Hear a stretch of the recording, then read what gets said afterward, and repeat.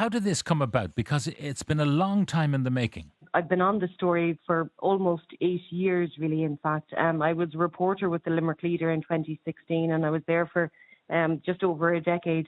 And I got an anonymous tip-off about allegations or complaints made or proceedings lodged to the High Court. I looked at that. I saw that there were a number of proceedings lodged against Bishop Eamonn Casey. I later discovered that they were for child sexual abuse. One case was proceeding at that time. Another case had been taken in 2001.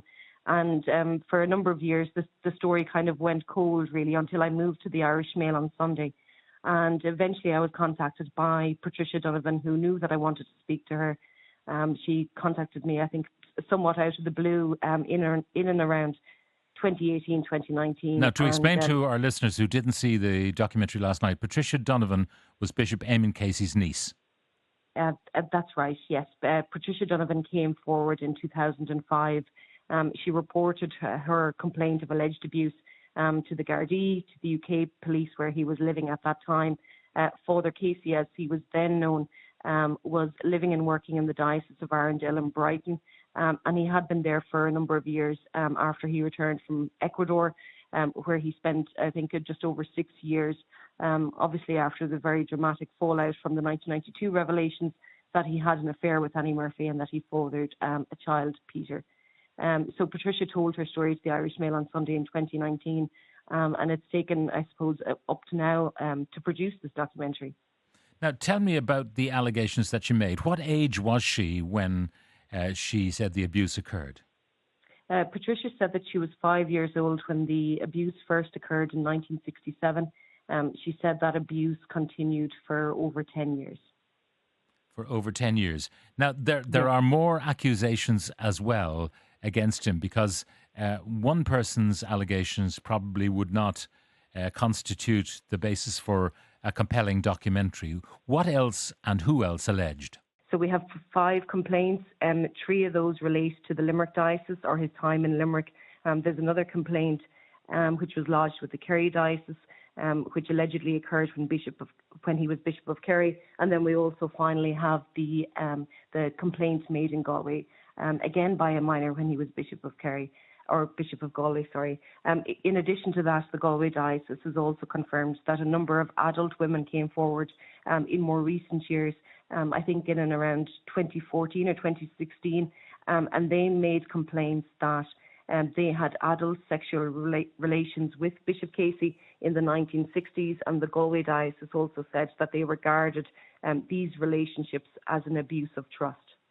All right. Now, to try and understand how someone could get away with all of this while being a man of the cloth, initially a priest and then a bishop, Terry Prone has watched, I suppose, the rise and demise of Bishop Casey over the years. A charismatic man. He was the personification of the new church. He was the bishop that was on television all the time. He didn't talk out conceptual, dogmatic stuff. He was funny. He was classically the kind of guy you'd like to have a pint with. And everything was forgiven because of that. I mean, everybody knew that he drove dangerously, for example, and that he drove with drink taken. But sure, God, wasn't he an authentic figure? Wasn't he one of our own? Wasn't that the way a normal bishop would behave? All of the time, excuses were made for Eamonn Reckless Casey. behaviour. Reckless behaviour. And that may be the key to understanding him. That's absolutely right. When Bishop Casey was exposed as having had an affair with Annie Murphy, who was a relation of his, distant enough, and then fathered a child, at the time, there was a lot of scandal breaking about predation of children by priests in the church. And there was a kind of well, at least it was with a grown woman and not with a child attitude. So many people had a less than condemnatory attitude to him. Absolutely. And people, not enough people actually read Annie Murphy's book, wherein it is very clear that she was desperately vulnerable when she came to Ireland. And it's by inference, you can say, So this was where he started, or this was part of a continuum of him spotting particularly vulnerable women. But if you even look at the Gay Byrne interview with Annie Murphy on The Late Late Show, Gay was widely condemned for the fact that towards the end of the interview, he said something like about their son that if he was half the man his father was, he wouldn't be doing too badly. Annie Murphy took that as a personal insult to her. But what it Her had, reply was, I'm not so "I'm not bad. so bad myself, Mr. Byrne." But that was to miss the point of the whole thing, which was that Gay, in common with the whole of Ireland at the time, believed that Eamonn Casey was a phenomenally good man, a really decent, accessible, achieving bishop, and that this affair was just one little slip, one thing that he just couldn't manage properly.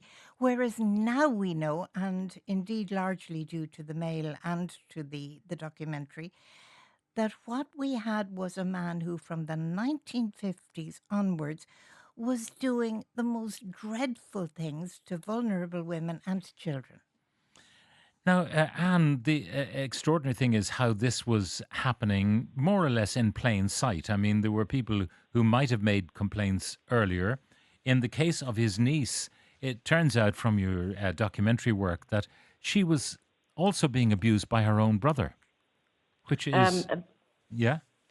Yes, that's right. Patricia said that in the programme last night. She was also abused by her brother, Father Michael Donovan.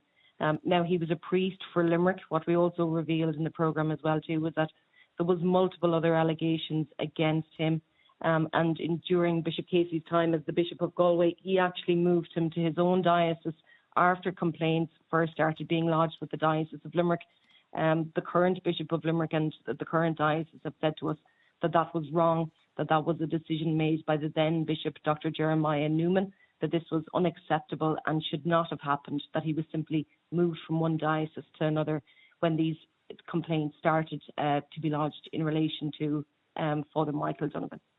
Now, the question of why nothing was done, I mean, when Patricia Donovan made that complaint to the Gardaí and the DPP decides no charges will be preferred, you had a judicial figure on the documentary last night saying, well, there is a problem because you have what's called false memory syndrome, where people particularly have gone into some sort of therapy to recover from the abuse, and they would probably need to look at the provenance of that therapy, blah, blah, blah. And the DPP won't waste the state's money unless there's some reasonable chance of conviction, a kind of a, if you're in a he said, she said situation, particularly historically, it might be very difficult. Is that a fair assessment of the DPP's position, or was the DPP's position wrong? We don't know the reasons behind the DPP's decision. What Patricia was told informally by Gardaí, who called her, I think it was in August 2005 or 2006 rather, to tell her that the DPP was not bringing the case forward. I think they told her at that time that there was not sufficient or enough evidence to bring the case forward. They had also interviewed Bishop Casey, the Gardaí in Limerick. He was questioned for a number of hours. Bishop Casey later gave a statement to the Irish Times after he was interviewed, and he told the paper that he was absolutely amazed by the speed of the decision by the DPP, and he claimed that he had only been interviewed by the Gardaí a few weeks prior to them making their decision.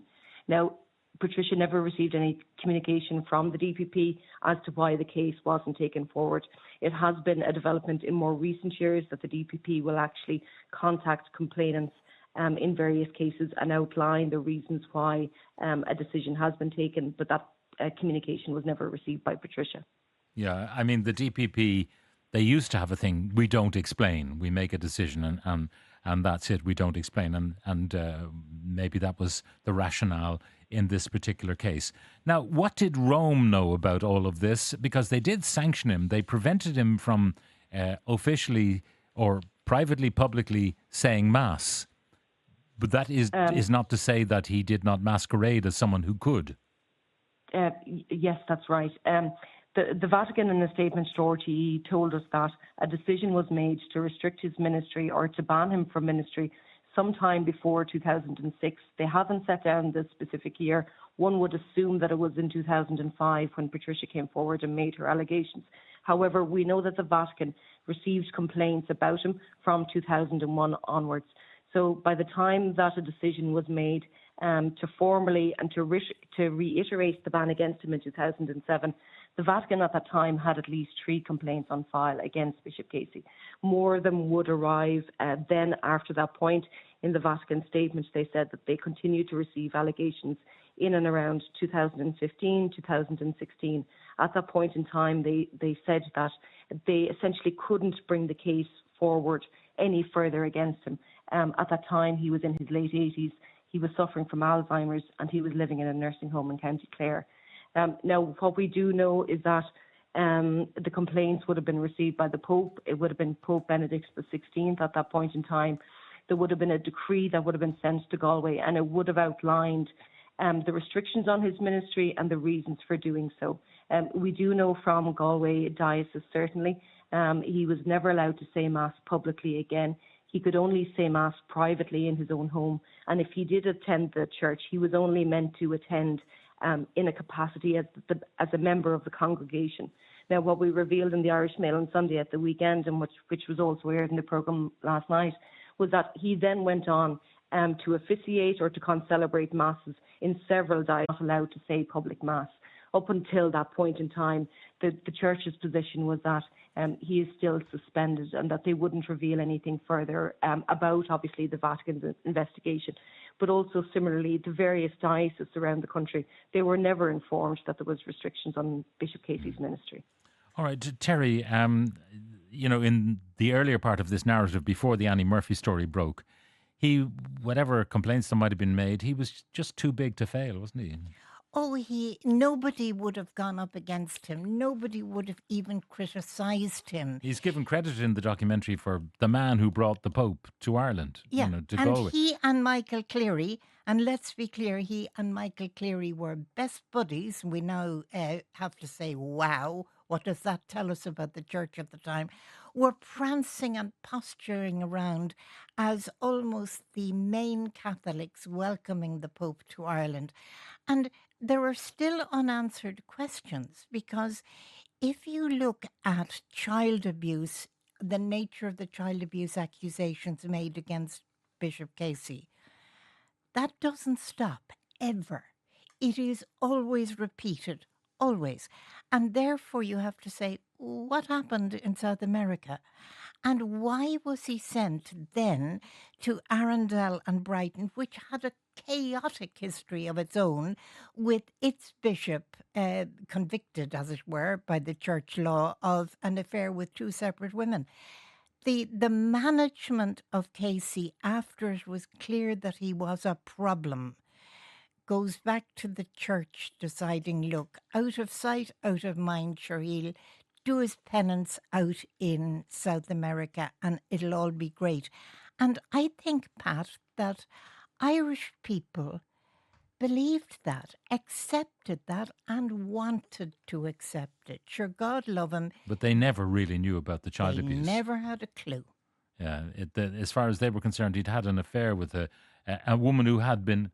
she wasn't like a 17-year-old virgin. She was a woman who had been married, She was and divorced.